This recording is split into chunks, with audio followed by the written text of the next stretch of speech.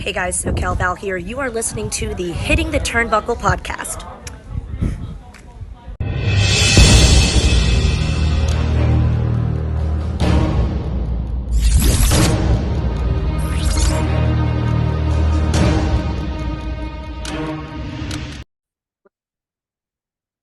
Welcome everybody back to the Hitting the Turnbuckle podcast. It's just me, your host Adam Cousins, and we are going to be talking all things AEW Dynamite Title Tuesday.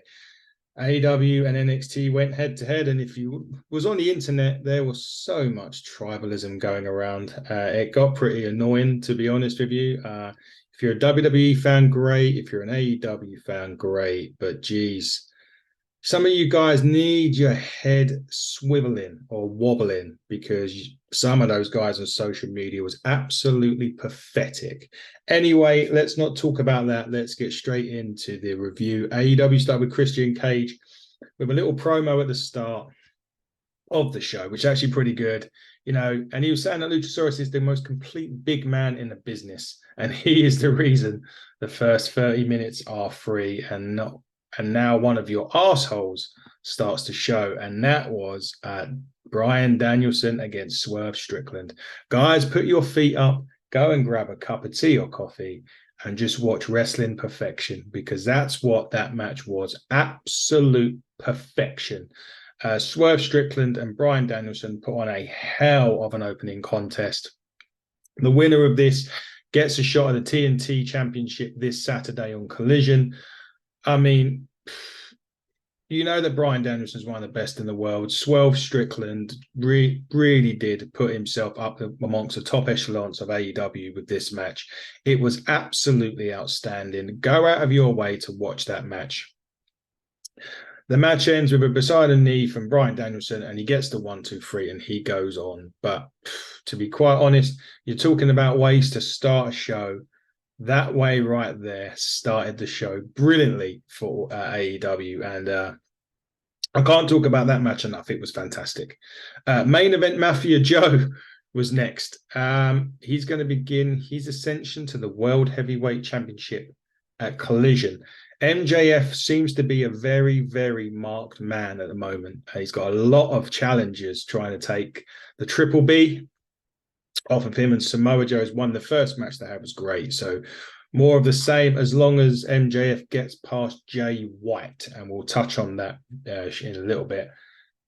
A controversial angle, perhaps, one that potentially maybe I wasn't too happy about, but we'll talk about that in a minute. The next match, Powerhouse Hobbs, Chris Jericho.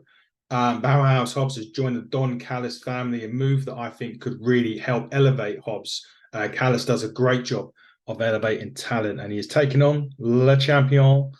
He was a demo god. I'm not sure he is anymore, but this match was an absolute squash, and Powerhouse Hobbs absolutely decimates Chris Jericho. He has 2 World's Strongest Slams to pin him. But this was quite incredible. And then a 3rd World's Strongest Slam at the end of that match, once the match had been finished. For me, this is what you should, or this is how you should be booking Hobbs to a degree. Chris Jericho is a seasoned veteran. That loss like that won't harm Chris Jericho in any way, shape, or form. But you do need to start putting over this younger talent. What we mentioned last week, myself and Andy were saying about Wardlow and Hobbs, and this is the type of way you need to do it. Don Callis is the right person to put with Hobbs to get him up there. The book of Hobbs is still open from what we see, but it is really time now for Hobbs to really assert himself into the level that he should be inserting himself, which is really the World Championship level. So hopefully over the next few weeks, we'll see more of that Hobbs squashing people, more of that ascension to the top. I hope he doesn't get a big loss anytime soon, because if you remember last week, we spoke about Wardlow, and he would come back 3 or 4 weeks. He would decimate people, get you believing him again. And then he takes that big defeat in the big match when it matters. And then that basically finishes him off. So We'll see. We'll see if Tony Khan can get the booking of the big men right. Generally, the other guys are booked quite well, so we can't really, see it. But hopefully, he'll book the big guy right. After that, this was another silly skit, and regarding Roderick Strong, Adam Cole, and the Kingdom. They got Adam Cole mowing the lawn. Which is crazy. He mows the lawn. The Kingdom says he's missed a spot, and there's no cell service in the house. There's no TV, and Cole wants to know what Max was up to. Cole is ready to leave, but Strong just needs one more thing. And they fade to black. Where is this going? I don't know. It's still funny, a little bit silly. The tribalism side would if we were being tribalism here, or if we had tribalism here on hitting the turnbuckle, probably say it's ridiculous being a WWE fan. But as I'm a neutral, I would say that I'm perfectly happy with that spot. Perfectly happy with the segment. It was funny, silly, and he's got one more favor. What could that favor be from Roderick Strong?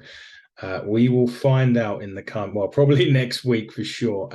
So the next match was meant to be Ray Phoenix versus John Moxley in a rematch for the International Championship.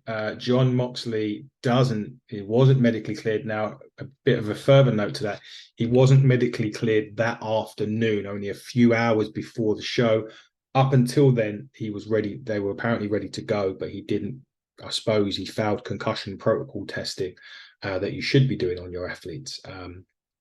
So there was somebody else waiting in the wings to cash in his rematch. And that was our good friend, freshly squeezed Orange Cassidy. So it was him versus Ray Phoenix. And again, this was a reasonably quick sprint match, which basically changed the title again. It gone back to Orange Cassidy. We know that from reports, Ray Phoenix is hurt and may need surgery, or is hurt to a point where he cannot keep defending the title. So logically, it would have been John Moxley would have got the title back, as he was unable to compete and the title needed to come off Ray Phoenix. It was given back to our good friend Orange Cassidy.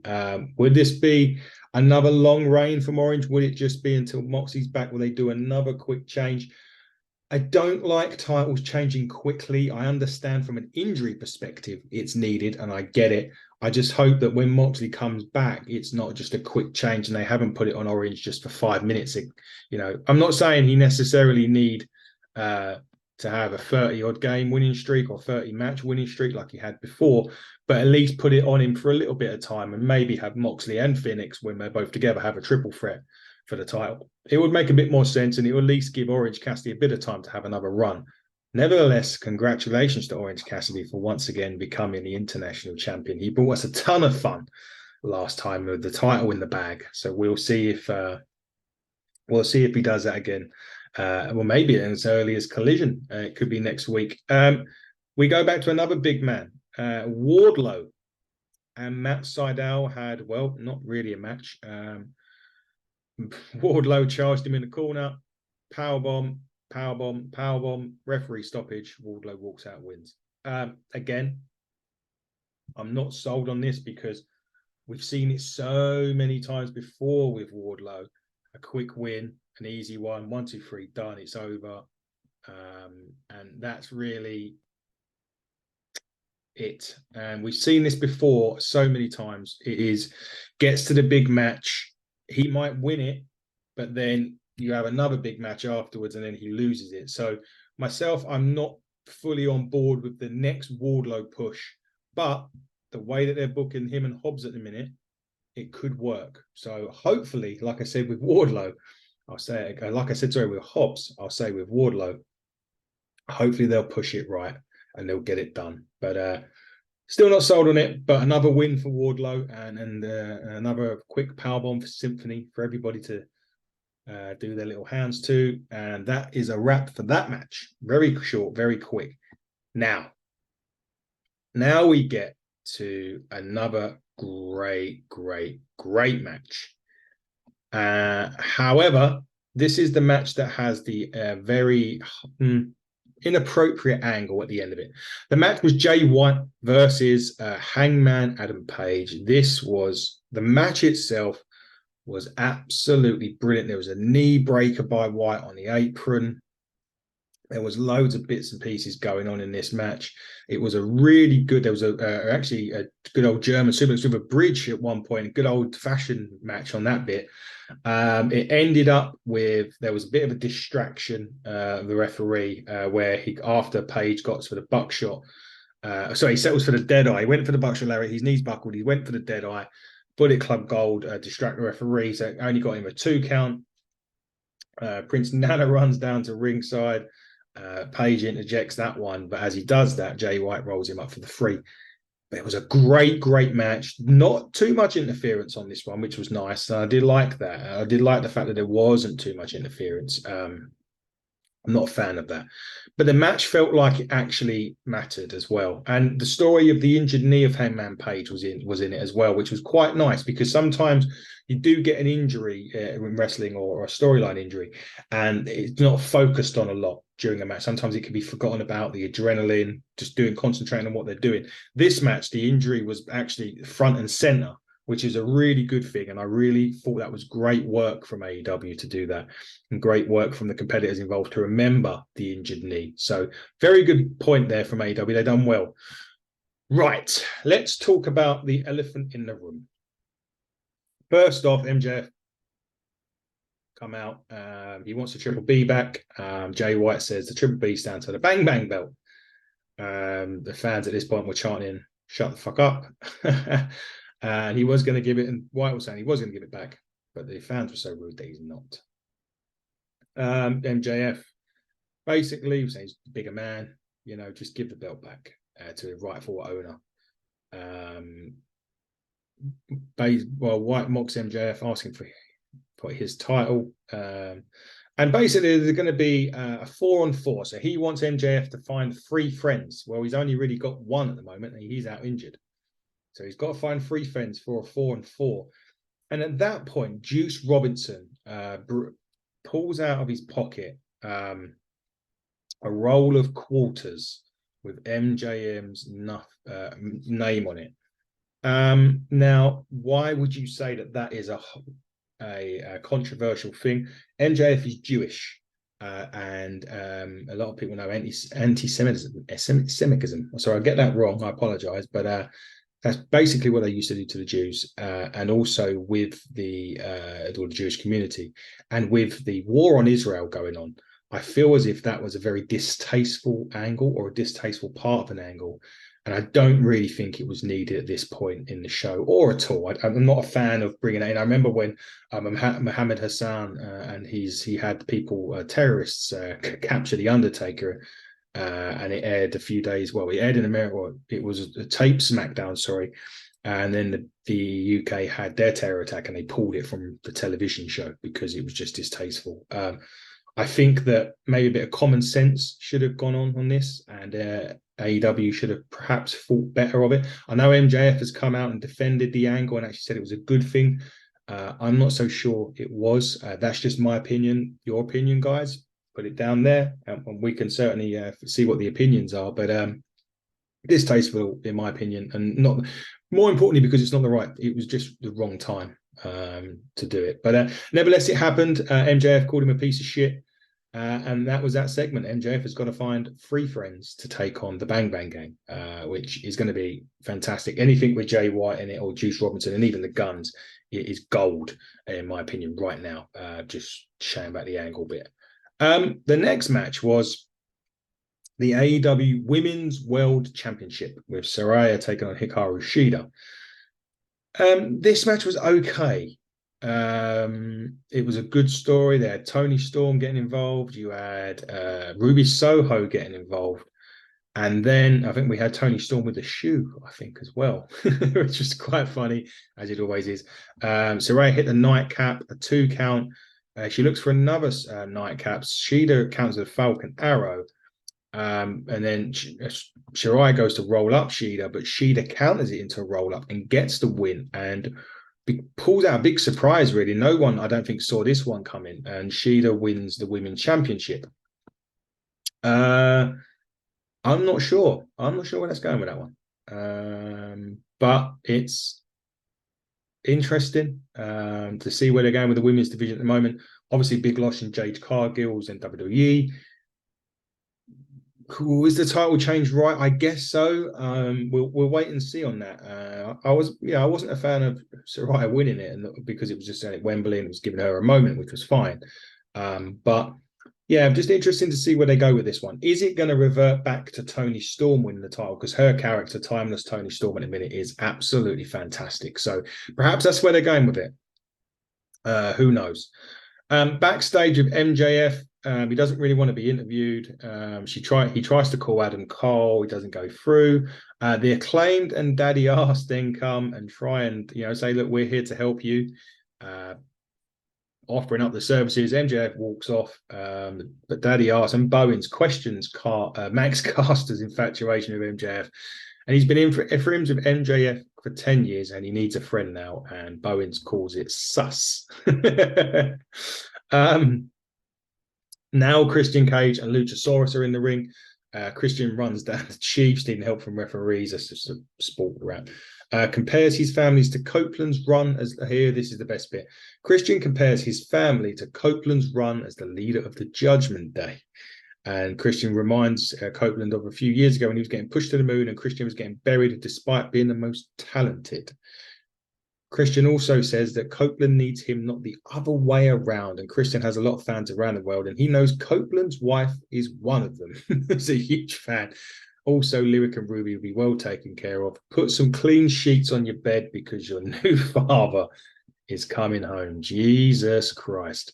That is a really Christian being Christian is the word to take that. So that brings Edge charging to the ring. Nick Wayne is there as well. Luchasaurus hits him with the Extinction Lariat before the bell. So the referee at this point is checking that Copeland can make it to the match or make it to the feet, and he's okay to continue. And that brings up Adam Copeland versus Luchasaurus. The bell goes off, and he hits Adam Copeland or Edge with a tombstone. And I thought it was a free count, to be quite honest with you. I thought the ref had counted to free at that stage, but he didn't. It was a 2.99999 reoccurring pinfall. Adam Copeland kicks out. Should he be taking tombstones? I'm not so sure. That's the only thing I took away from this match. I'm not sure that he should have taken a tombstone. I think there's really only one guy that can do, or two guys potentially that can do the tombstone safely. And I'm not saying that Luchasaurus wasn't safe with it. I'm sure he was. But that is a move considering Adam Copeland's condition with his neck. Maybe he shouldn't necessarily be taking those type of bumps. But I'm not Adam Copeland, so I'm not. I'm not him, so I can't tell him what he's doing or if he's doing it. There was a spear as well, diving spear to Luchasaurus at one point. And then Copeland was preparing for another spear as Christian runs down with the title. Copeland took the title and cracks Luchasaurus at the back of the head while the referee's dealing with Nick Wayne before throwing it back to Christian. Luchasaurus turns around to see Christian with the title, and then he turned back around, and there's a spear to Adam Copeland. 1, 2, 3. It was a really slow match. It picked up during the final stretch. And I think Copeland will fit in perfectly fine at AEW, and the crowd loves him already, so that's perfectly fine. After the match, Copeland gets jumped by Wayne and basically everybody. And along comes Bryan Danielson, but the numbers are too much. Along comes Claudio Castagnoli and Wheeler. Then the Gates of Agony and Swerve come out, and it's a massive, massive brawl. Out comes Hangman Page, and they start off with Swerve. Copeland spears Nick Wayne as Christian taps out to Danielson's LeBell Lock. And that is how AEW ended this week. Obviously, Bryan Danielson has the match with Christian on Collision, which should be a ton of fun. A really solid ending to the show. And we always say on this channel, start it hot, finish it, making you wanting to watch whatever show's next. And AEW did a great job in that. Everyone's going on about the ratings. Yes, AEW lost in the ratings to NXT by a considerable amount. Was it a surprise to me? No, it wasn't. I think when NXT loaded the card up the way that they did, you knew what was going on. So I think in that sense, the ratings, do they really matter though? I mean, people are making so much out of it. I'll be honest, there was a lot of excuses being made by AEW fans, and there's a lot of bragging by WWE fans. Look, at the end of the day, you like what you like, you don't like what you don't like. And as far as I'm concerned, both shows were really good this week. There was nostalgia on NXT. AEW took the bat and ran with the new stuff they've got going on, and it's working. So look, I say this a lot. I've said this a lot, and I say this all the time. If you just enjoy wrestling, and if you have an issue with it, just don't watch it and don't have your opinion on it. You know, just love what you love, hate what you hate, or don't like, or whatever you want to call it. It's wrestling. You should be more happy. You should be more happy that 1.5 million people watched wrestling on Tuesday night. That's where I'm going to leave it for you guys. This has been a quick fire review of AEW Dynamite. I have been your host, Adam Cousins. Hopefully I'll have some friends with me next time. But until then, buckle down and stay safe.